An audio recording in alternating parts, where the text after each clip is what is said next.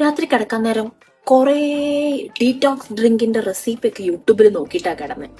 രാവിലെ എഴുന്നേറ്റ് ഉസാറായിട്ട് അതിൽ സ്റ്റാർട്ട് ചെയ്യണമെന്ന് വിചാരിച്ചു.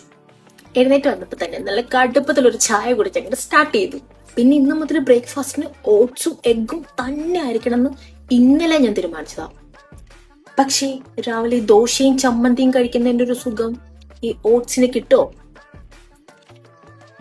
ചായയും ബ്രേക്ക്ഫാസ്റ്റും ഒക്കെ പോട്ടെ, ഉച്ചയ്ക്ക് എന്തായാലും കുറച്ച് വെജിറ്റബിൾ സാലഡ് മാത്രമേ കഴിക്കുന്നുള്ളൂ. ഫ്രിഡ്ജിൽ നല്ല മുളകിട്ട് അയല പുരട്ടി വെച്ചിട്ടുണ്ട്. അപ്പൊ പിന്നെ സാലഡ് നാളെ ആക്കാം. ഡെയിലി എന്റെ മീൽ പ്ലാൻസ് ഇങ്ങനെയൊക്കെയാണ്. പക്ഷെ ഇതൊന്നും നടക്കുന്ന കാര്യമല്ല. എന്റെ ഇഷ്ട.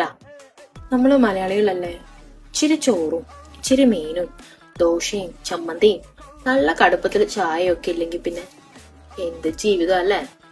പക്ഷെ തിങ്കളാഴ്ച മുതൽ സ്ട്രിക്റ്റ് ഡയറ്റ്